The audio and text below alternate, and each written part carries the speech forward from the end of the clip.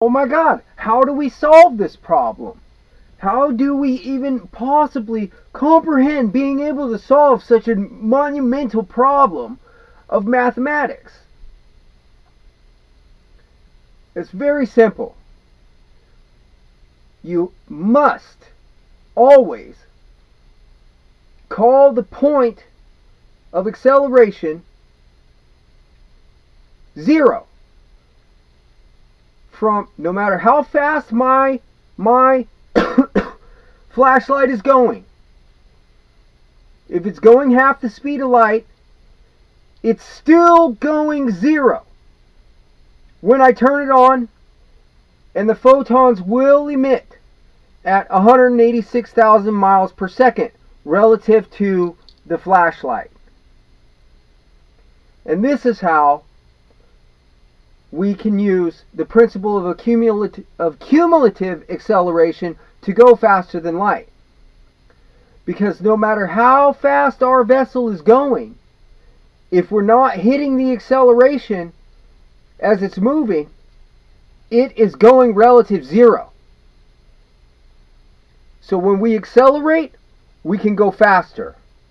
And then we turn the engines off. We're going relative zero again. We accelerate and we go faster. Every time. Because that is the only possible way to solve the great conundrum of relativity in light. The point of origination is zero. As far as relativity is concerned, for practical Newtonian applications. And for practical Newtonian applications, the point of acceleration can be changed every time after acceleration ends. It can become the new point of origination. The new point of origination. The new point of origination. But you see, when I look back at the Earth,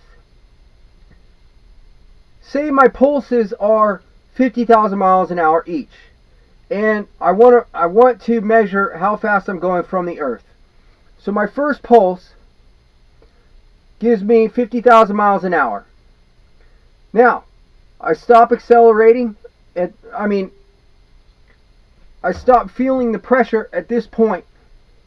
All of my people, and this becomes the new point of origination. Even though I'm still going 50,000 miles an hour from the Earth, this becomes the zero now. The new point of origination as far as my thrusters are concerned. I fire them again.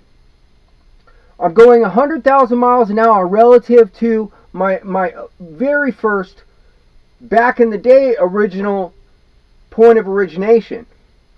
But relative to my first point of origination, I'm going exactly how fast my rockets can go, 50,000 miles an hour. But relative to my original point of origination, I'm now going 100,000 miles an hour.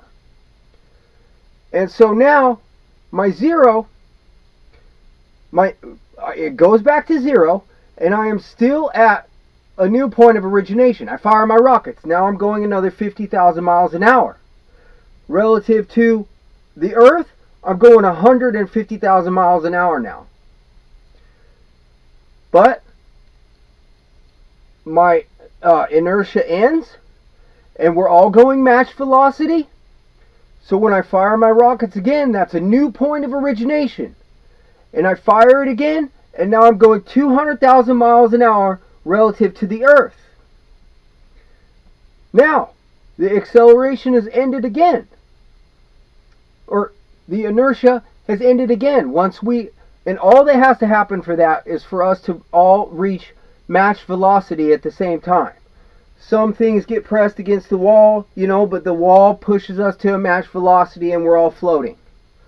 Now, what did I say? I was going 200,000 miles an hour. Now, I fire my rockets. This is still my point of origination. Myself, my ship is my point of origination.